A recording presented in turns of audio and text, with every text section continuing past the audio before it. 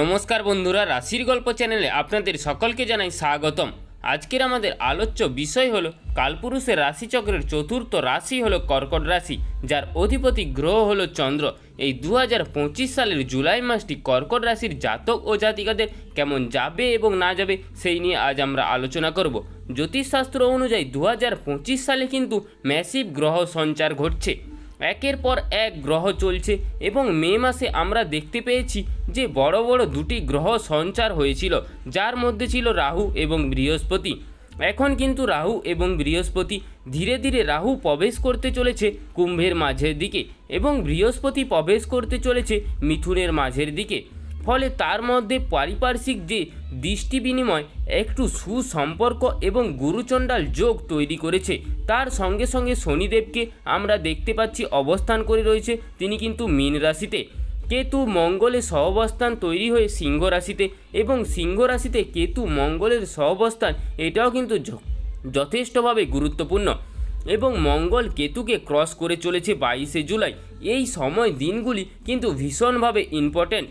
এর মধ্যে 13ই জুলাই শনিদেব তিনি কিন্তু বক্রী হতে চলেছেন। 13ই জুলাই থেকে নভেম্বর মাসের 24 তারিখ পর্যন্ত শনিদেব তার কিন্তু বক্রগতিতে চলবেন। ফলে এই সময় নিয়ে কিছু কিছু মানুষজনের মধ্যে কিছু রকম দুশ্চিন্তার মধ্যে কিন্তু রয়েছে তারা। এই অবস্থায় বেশ কয়েকটি বিশেষভাবে একটু প্রেডিকশান নিয়ে আজ আমরা আলোচনা করব কর্কট রাশির বিষয়ে। কালপুরুষের রাশিচক্রের চতুর্থ রাশি, এই রাশির জাতক জাতিকারা বেশ কিছুটা ইমোশনাল এবং বেশ কিছুটা সিম্পল হয়ে থাকে। ফলে ছোট ছোট জায়গায় একটু রিয়েক্ট করার টেন্ডেন্সি কিন্তু কর্কটের মধ্যে দেখতে পাওয়া যায়। এই ইমোশনাল বিহেভিয়ারের জন্য কখনো কখনো কর্কট কিন্তু ঝামেলা, অশান্তি, উটকো ঝামেলা এগুলোর মধ্যে দিয়ে চলে যেতে পারে। আবার কখনো কখনো কর্কটের ক্ষেত্রে বেশ খানিকটা অগ্রগতি কিন্তু প্রাপ্তি সেটাও আমরা দেখতে পাই। আজকের রাগ দেখালো, পরের দিন আবার সেই রাগটাকে কন্ট্রোল করে নিল, এইটা কিন্তু আমরা কর্কটের মধ্যে বারবার দেখতে পাই। প্রথমেই বলে রাখি, আমরা কর্কট রাশির জাতক ও জাতিকাদের কিন্তু একটু খেয়াল রাখতে হবে বাবার শরীরটা নিয়ে। কিন্তু ভেতরে ভেতরে বাবার শরীরটা কিন্তু কোনো রকমভাবে একটা ডিস্টার্ব হচ্ছে, কোনো না কোনো পুরনো রোগ কিংবা কোনো না কোনো পুরনো সমস্যা সেটা কিন্তু আবার জেগে উঠতে পারে। এই বিষয়টা কিন্তু কর্কটকে বিশেষ করে খেয়াল রাখতে হবে। উচ্চ বিদ্যার ক্ষেত্রে আরও একটু পরিশ্রম বেশি করে বাড়াতে হবে, রেজাল্ট কিন্তু আলটিমেটলি ভালো হবে। এই মুহূর্তে একটু ফ্রাস্ট্রেশন বা ডিপ্রেশন, কোনো কিছু পড়া হয়নি, পরীক্ষা দেব, এই রকম এই বছরের মধ্যে নয় এবং পরের বছরের মধ্যে, এই রকম মেন্টালিটি কিন্তু কর্কটের মধ্যে কিছুটা কাজ করবে। কিন্তু বিশ্বাস করুন, ভাগ্য আপনাকে সাপোর্ট করবেন। শুধু আত্মপ্রবণ মনের জোর নিয়ে পরীক্ষাটা দিন, যেন এক্সপার্ট হয়ে আরও অনেকটা বেটারমেন্টভাবে আপনি রেজাল্ট পেতে পারেন। কর্ম পরিবর্তনের একটা ইচ্ছা সেটা কিন্তু আপনাদের মধ্যে জাগতে দেখতে পাওয়া যাবে, কিন্তু এই সময় মুহূর্তে কর্ম পরিবর্তনের কিন্তু কোনো প্রয়োজন নেই। কর্কট রাশি বা কর্কট লগ্নের মানুষদের ক্ষেত্রে ধীর স্থিরভাবে পুরনো কাজের জায়গা থেকে যাওয়ার একটা চেষ্টা এটা কিন্তু অবশ্যই করতে হবে। পরিবর্তনে যোগাযোগের সম্ভাবনা ইত্যাদি আসবে, কিন্তু এই পরিবর্তন কিন্তু সেটা আপনার জন্য ভালো হতে চলছে না, তা কিন্তু একেবারেই করা উচিত নয়। বরং বেশ কিছুটা স্পেশালি মেন্টালাইজেশন এটা কিন্তু অবশ্যই করা যেতে পারে এবং যেখানে আমরা কাজ করছেন, যেখানে চাকরি করছেন, সেই জায়গাটা কিছু ধরে রাখার চেষ্টা এটা কিন্তু অবশ্যই কর্কটের ক্ষেত্রে করতে হবে। আপনার কথার কারণে একটা শত্রুতা সৃষ্টি হওয়ার সম্ভাবনা সেটাও কিন্তু রয়েছে। এমন কিছু কথা মুখ দিয়ে বলে ফেলতে পারেন যে কথাটি আলটিমেটলি রেজাল্ট কিন্তু নেগেটিভ হয়ে যেতে পারে। আপনার কথার কারণে কিছু ঝামেলা, কিছু শত্রুতাপূর্ণ অবস্থা সেটাও কিন্তু সৃষ্টি হতে পারে। তাই যতটা সম্ভব কম কথা বলার চেষ্টা আপনাকে কিন্তু অবশ্যই করতে হবে। ভাগ্যের উপরে নিয়ন্ত্রণ রাখার চেষ্টা সেটা কিন্তু আপনাকে অবশ্যই করতে হবে, কিন্তু বাক্য কম বলা এটাও কিন্তু একটা বিরাট কঠিন ব্যাপার। অপেক্ষা করুন সঠিক সময়ের জন্য, সঠিক সময় আপনাকে সঠিক জবাব দিতে সাহায্য করবে। জীবনে উন্নতি আসবেই, ডেভেলপমেন্ট আপনি দেখতে পাবেন, এই বিষয়ে নিশ্চিত থাকা যায়। ধীর স্থিরভাবে লক্ষ্যের দিকে এগিয়ে যাওয়ার জন্য নিজের উপরে নিয়ন্ত্রণ রাখা কিন্তু এটা ভীষণভাবে জরুরি। হঠাৎ করে হাতে একটা টাকা পয়সা আসার সম্ভাবনা এই সময়টার মধ্যে দেখতে পাওয়া যাচ্ছে। অল্প দিনের মধ্যেই কর্কট কিন্তু বেশ কিছুটা অর্থনৈতিক ডেভেলপমেন্ট করতে পারবেন। এবার সেই টাকা পয়সাকে যত্ন করে সঞ্চয় করা এবং ধীরে সুস্থে ব্যবহার করা এটা কিন্তু তাদের মধ্যে কিছুটা হলেও একটা রিইনভেস্টমেন্ট করা যেতে পারে। তাই কর্কটকে বুঝে শুনে মানিটাকে ম্যানেজমেন্ট করার ক্ষেত্রে ভালো করে একটু আলোচনা করে তবেই করতে হবে, কারণ এই সময় কর্কটের মধ্যে একটা অর্থ নষ্ট হয়ে যাওয়ার সংযোগও সেটাও কিন্তু দেখতে পাওয়া যাচ্ছে।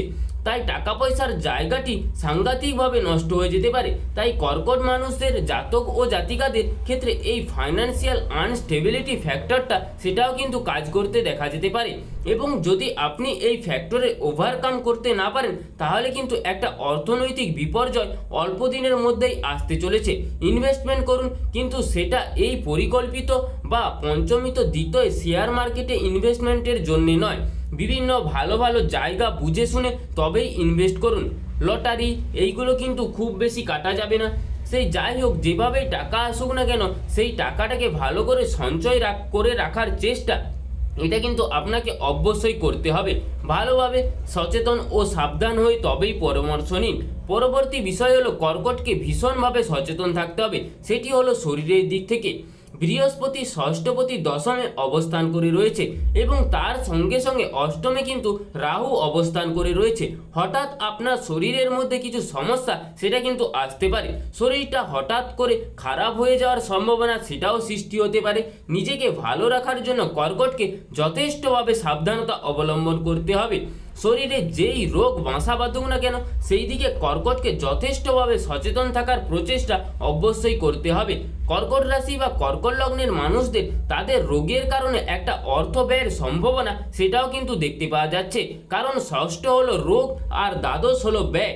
তাই ষষ্ঠপতি বৃহস্পতি তিনি কিন্তু দ্বাদশে রয়েছে, তার কারণে কিন্তু রোগের কারণে একটা ব্যয় হয়ে যাওয়ার সম্ভাবনা সেটাও কিন্তু দেখতে পাওয়া যাচ্ছে। মিসগাইডেন্স হয়ে কিছুটা খরচ আপনি বাড়িয়ে ফেলতে পারেন। তারই সঙ্গে সঙ্গে দ্বিতীয় কেতু এবং মঙ্গল অবস্থান করে রয়েছে, এই কিছুটা রং ট্রিটমেন্টের সম্ভাবনা সেটাও কিন্তু রয়েছে। তাই প্রপার ট্রিটমেন্টের জন্য কর্কটকে কিন্তু থেমে থাকলে চলবে না, এগিয়ে যেতে হবে সঠিক লক্ষ্যের দিকে। নিজের ভালো তো নিজেকে রাখতেই হবে, নিজেকে সুস্থ রাখতে হবে। ট্রিটমেন্টের ক্ষেত্রে একটা খরচ হওয়ার সম্ভাবনা সেটা তো দেখতে পাওয়া যাচ্ছেই। এই ক্ষেত্রে কিন্তু কোনো রকম সংকীর্ণতা করা চলবে না।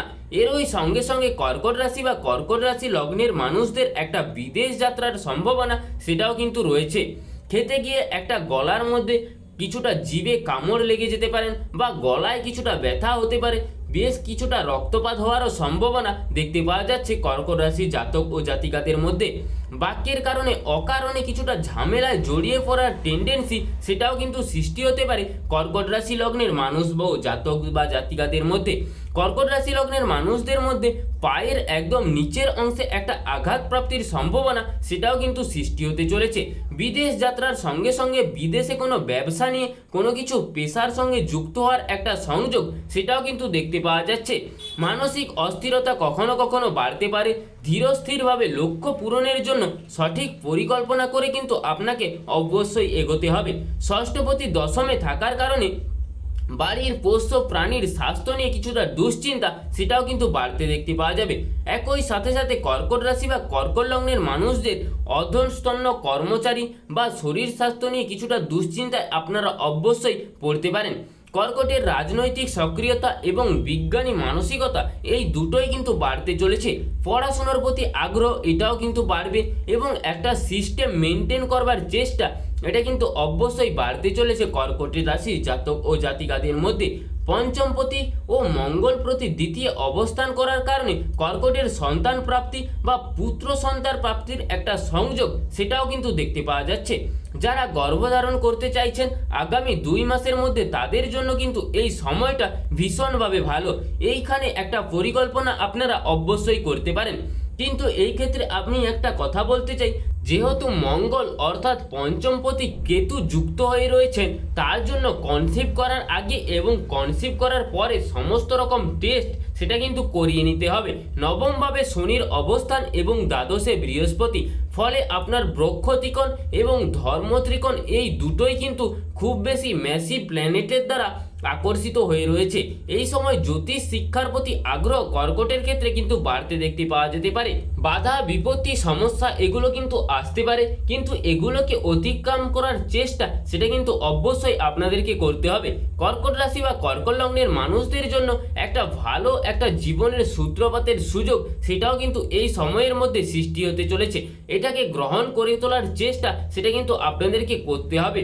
অষ্টমে রাহু আপনাকে পরীক্ষা দিতে হবে এবং আপনার পরীক্ষা দিয়েই হবে সমাধান। আপনাকে যতই বিপদের মধ্যে বা সমস্যার মধ্যে আসুক না কেন, নিজেকে প্রিপেয়ার রাখার চেষ্টা অবশ্যই আপনাদেরকে করতে হবে। সুতরাং বাধা বিপত্তি সমস্যা থাকলেও কর্কট তার জীবনে আরেকটু বেটারভাবে এগিয়ে যেতে যাওয়ার চেষ্টা সেটা কিন্তু অবশ্যই করতে হবে। এখানে কিন্তু দশা এবং আপনার ব্যক্তিগত জন্মকুণ্ডলী ও গ্রহ সঞ্চারের ওপরে নির্ভর করে। এই সময় আপনার মঙ্গলের যদি দশা হয়, এই সময় আপনার চন্দ্রের যদি দশা হয়, এই সময় আপনার সাকসেস রেটটা কিন্তু অনেক বেশি এবং গ্রোথটা সেটাও কিন্তু অনেকটাই বেশি দেখতে পাওয়া যাবে।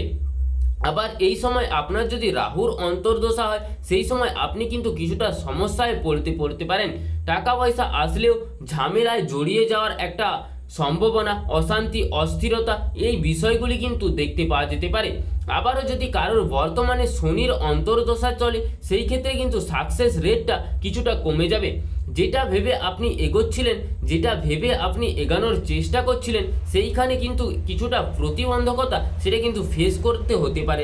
আপনাকে মাথা ঠান্ডা রাখার চেষ্টা এটা অবশ্যই করতে হবে এবং ধীর স্থিরভাবে সিদ্ধান্ত নেবেন। বাধা বিপত্তি সমস্যা যাই আসুক না কেন, জীবনে আরও কিভাবে কিছুটা এগিয়ে নিয়ে যাওয়া যায় এবং জীবনকে আরও কিছুটা কিভাবে বেটার করে করা যায়, সেটার কিন্তু চেষ্টা আপনাদেরকে অবশ্যই করতে হবে।